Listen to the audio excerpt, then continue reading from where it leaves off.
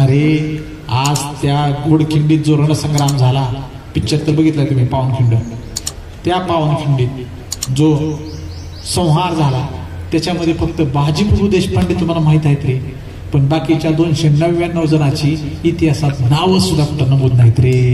हकनाक गेले त्या एका शब्दावर गेले ते स्वराज्यासाठी. मग इतकं मोठं बलिदान आहे आपल्या स्वराज्याचं, म्हणून शिवाजी महाराज ग्रेट आहे त्या एका राजासाठी. म्हणून जो जो छत्रपती शिवाजी महाराजांवर प्रेम करतो, जो जो छत्रपती शिवाजी महाराजांच्या विचारांवर प्रेम करतो, त्या प्रत्येकाने शिवाजी महाराजांचे विचार हे अंगीकारले पाहिजे.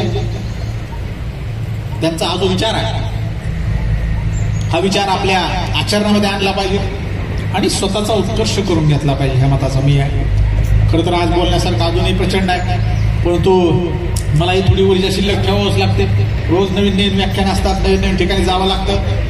आज आपल्या या 512 आर्मी बेस वर्कशॉपमध्ये हा जो सुंदर व्याख्यानाचा सोहळा या ठिकाणी निर्माण केला, उभा केला, त्याबद्दल मी पुन्हा एकदा एसीच्या युनियनच्या आपल्या सर्व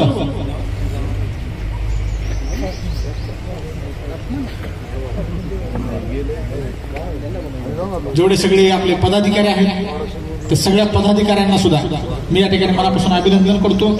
आणि अभिनंदन करत असताना आवर्जून सांगावं असं वाटतं की सध्या शिवाजी महाराज या संकल्पनेबद्दलचं जे प्रेम आहे ते प्रेम आमचं कुठं कमी होत चाललंय, याचाही विचार आम्ही या टप्प्यावर करणं गरजेचं आहे. कारण ज्यावेळेस मी गावोगावी जातो, मगाशी म्हटलं की व्याख्यानाचा कार्यक्रम म्हटलं की मोजकीच गर्दी पुढे असणार आणि नाच गाण्याचा कार्यक्रम म्हटलं की पोलीस प्रोटेक्शन आणावं लागणार.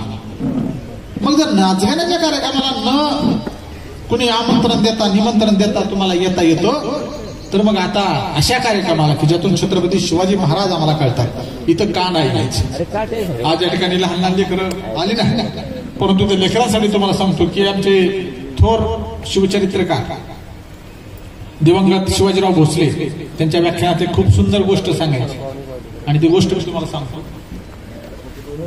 एक जिल्हा परिषदची शाळा होती आणि त्या जिल्हा परिषदच्या शाळेमध्ये इन्स्पेक्शन येणार होतं. आता इन्स्पेक्शन म्हणजे तुम्हाला तर माहित असेल की मोठे मोठे अधिकारी येतात, काही प्रश्न विचारतात वगैरे वगैरे.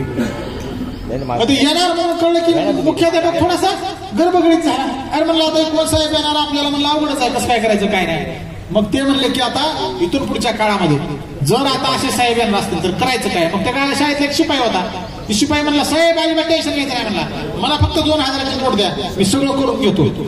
आणि ती 2000ची नोट आल्यानंतर त्याच्या हातात तो शिपाई काय म्हटला, आता साहेब तुम्ही निश्चिंत राहा म्हणला, आता येऊ द्या गाडी. ठरल्याप्रमाणे आपली गाडी आली, येशीत गाडी आली, येशीत गाडी आली की शिपाई पळतच गेला. शिपाई म्हणला साहेब कुठं चालला म्हणले, ती म्हणले मी चाललोय तिकडे, ते शाळेत चाललो म्हणले. शाळेत चाललो म्हणले की ते म्हणले थांबा, तुमच्या आवडीचा ब्रँड आणून ठेवलाय म्हणले, चिचा खाली शिजायला सगळं ठेवलेला आहे, सोबत माणसं सुद्धा आहेत म्हणले, तिकडे जाऊ नका इकडे चला. पण साहेबला विमानी होता, साहेब म्हणला मी भ्रष्टाचारी नाही, ड्रायव्हर घे म्हणला गाडी डायरेक्ट. कुठं हा शाळेत गाडी गेली, शाळेत गाडी गेली, साहेब उतरलं की पळतच गेलो. आता कसे साहेब आले बघा, अशा पद्धतीनं ते पण साहेब तसेच चलत यायला लागले. साहेब चलत आले आणि त्यांनी काय केलं, डायरेक्ट शाळेत एंट्री मारली. पहिल्याच लाईनीत एक मुलगा बसला होता, त्या मुलाला प्रश्न विचारला,